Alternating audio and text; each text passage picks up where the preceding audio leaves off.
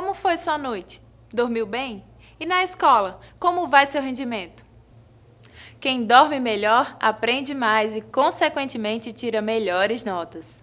Para quem tem uma agenda de atividades lotada e uma rotina acelerada, conciliar os afazeres diários com uma boa noite de sono é quase impossível.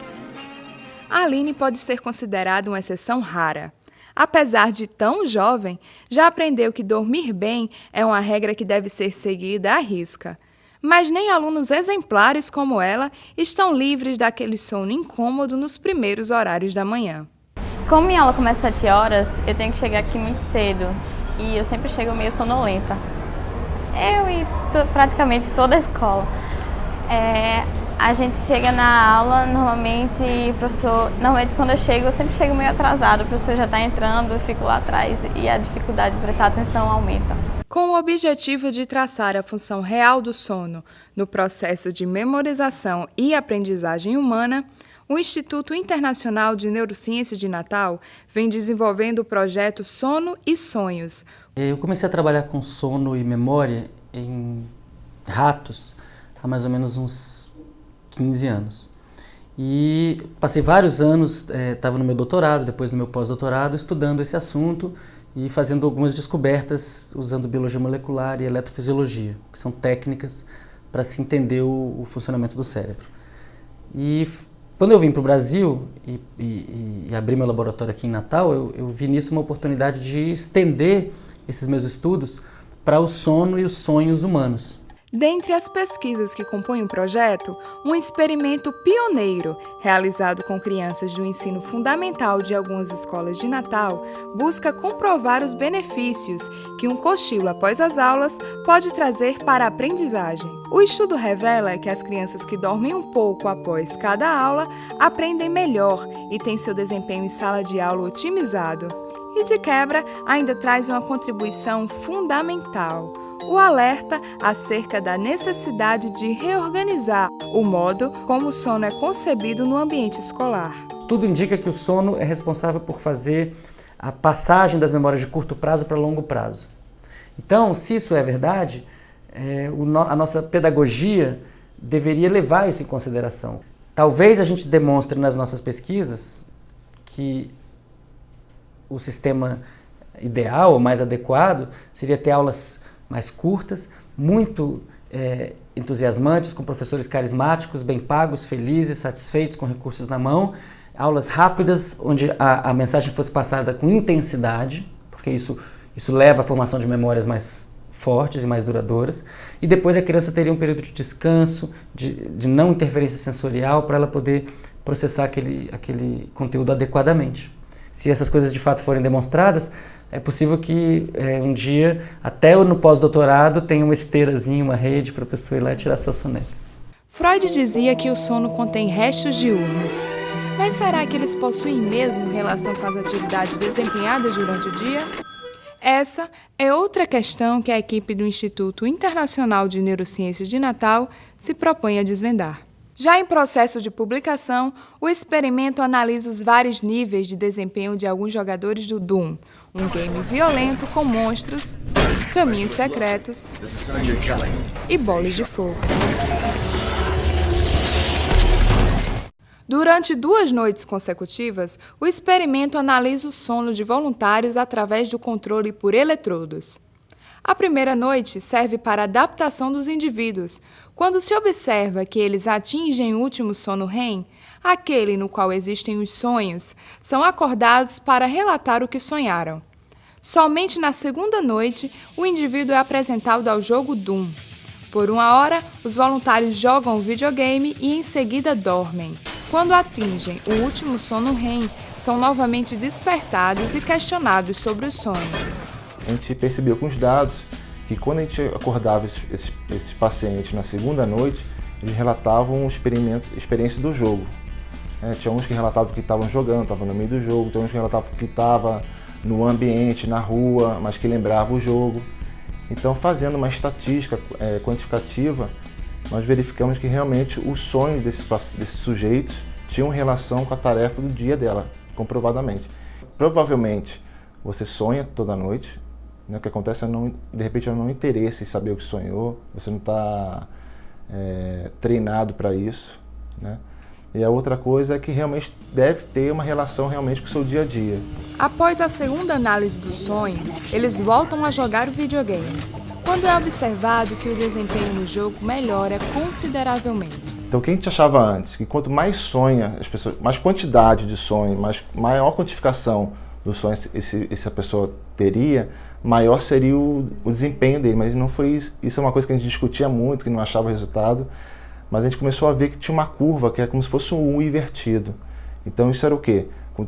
Quando o grupo de pessoas sonhava pouco, eles tinham um desempenho bom, mas não tão bom quanto aquele que tinha o sonho na sua média, que era uma curva aqui em cima.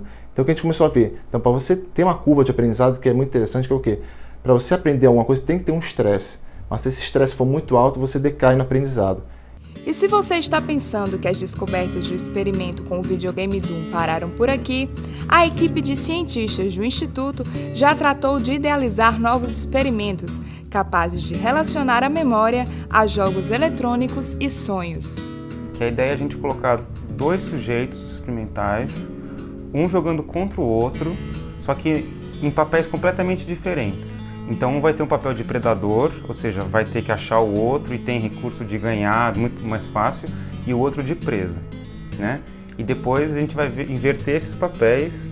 Então a gente quer inicialmente ver se esses papéis vão aparecer no sonho, ou seja, aquele que é a presa vai sonhar com mais pesadelo, vai ficar fugindo, etc. O predador vai ter sonhos de espreita, de buscar como ele vai conseguir pegar esse outro, né? E se a gente inverter isso, será que também os sonhos vão ter consequências na inversão? Ou seja, será que o sujeito que foi preso e virar predador ele vai começar a sonhar também como um predador, né? E justamente para trabalhar essa ideia de que tem uma função adaptativa, ou seja, o sonho tem um ganho para a performance do indivíduo na vigília, né? O que você sonhou hoje? Não sonhou ou não lembra do sonho? E alguma vez já se deu conta de que está sonhando antes mesmo de acordar? Pois é, esse tipo de sonho não é ficção, ele existe e é um dos grandes mistérios da ciência do sono na atualidade.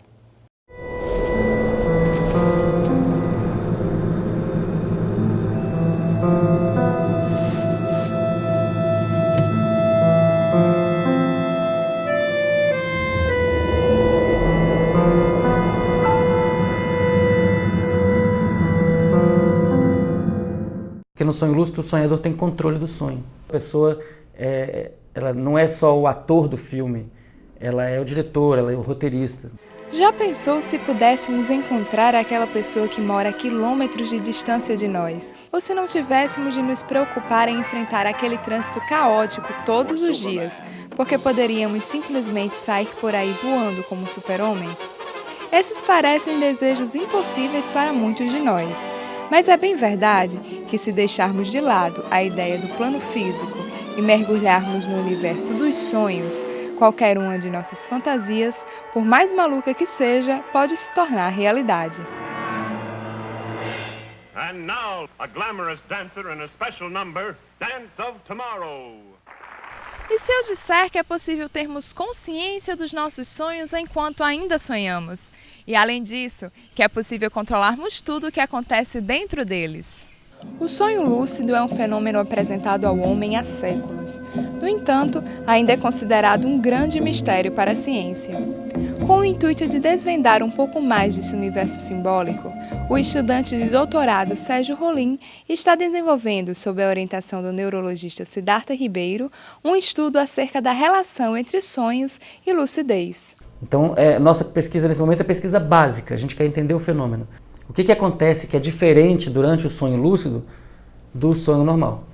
Grosso modo, a gente pode dizer que tem uma ativação na região frontal, que é toda essa região frontal do cérebro, do córtex cerebral, está envolvida com mais controle executivo, a pessoa ter mais intenção sobre o que faz e controle intencional.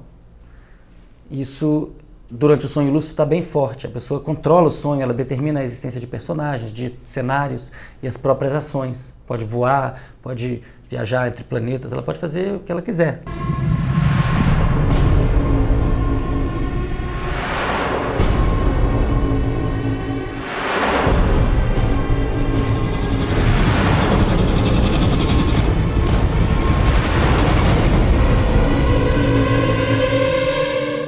importante a gente estar realmente preocupado em entender como isso é possível, que regiões do cérebro são ativadas. Essa região frontal está mais ativada e as regiões occipitais, regiões posteriores, as regiões na parte de trás do córtex cerebral, estão envolvidas com visão. Elas também estão mais ativadas e esses sonhos lúcidos são muito vívidos. Tem estudos que mostram que a maioria das pessoas já tiveram pelo menos um sonho lúcido na vida. Então elas podem não saber que o nome é sonho lúcido, mas se eu explicar para elas, elas dizem, eu já tive, ou eu conheço alguém que já teve. Se por um lado, especialistas observam a baixa incidência de sonhos lúcidos, por outro, afirmam que esta é uma capacidade adquirida.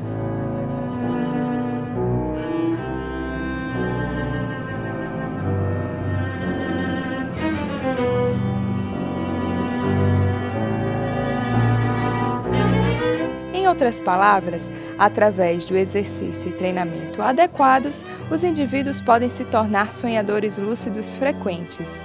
Por exemplo, no yoga tibetano, existe toda uma tradição de sonhar lucidamente, e não apenas vindo do sono, mas também vindo da vigília. Então isso é uma coisa que se adquire por treinamento. Mas algumas pessoas têm mais facilidade e a gente não sabe por quê. Além da função recreativa dos sonhos lúcidos, está cada vez mais clara sua funcionalidade clínica. Em breve, os sonhos lúcidos poderão ser utilizados no auxílio ao tratamento de pacientes que apresentam sintomas decorrentes de doenças ou experiências traumáticas. O sonho lúcido ele tem basicamente duas aplicações. Ele tem uma aplicação mais clínica, que é para, por exemplo, pessoas que têm pesadelos recorrentes. A gente sabe que o pesadelo recorrente é um sintoma comum em quem tem transtorno de estresse pós-traumático ou depressão grave. Então, o pesadelo só é ruim porque a pessoa, por mais bizarra que seja aquele sonho, a pessoa acha que aquele sonho é verdade. Por isso que ela entra em angústia, né? E talvez se a gente puder aplicar o sonho lúcido nessas pessoas, elas vão saber que aquilo é somente um sonho. E o programa de hoje está chegando ao fim, mas você pode continuar experimentando em nosso tubo de ensaio.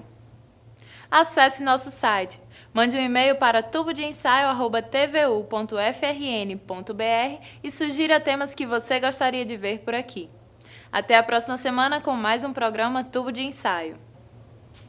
O nosso encontro é na terça-feira, às 7h30 da noite. Até lá!